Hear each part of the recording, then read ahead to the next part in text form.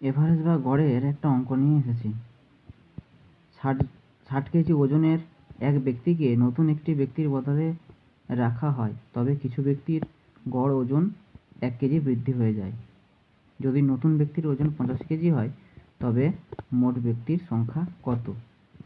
তো একটা সূত্র আমি আগের দুটো একটা অঙ্কেও বলেছি। সূত্রটা হলো n নিউ সমান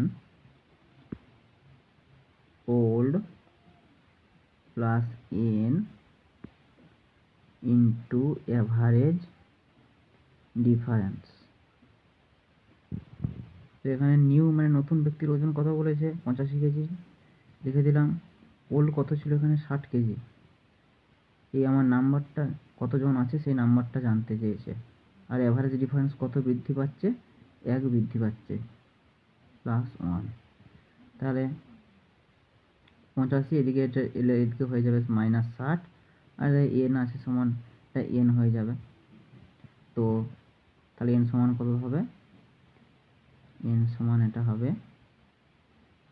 5 আর 2, 25 জন। তাহলে টোটাল কতজন ছিল লোক, টোটাল লোক ছিল 25 জন।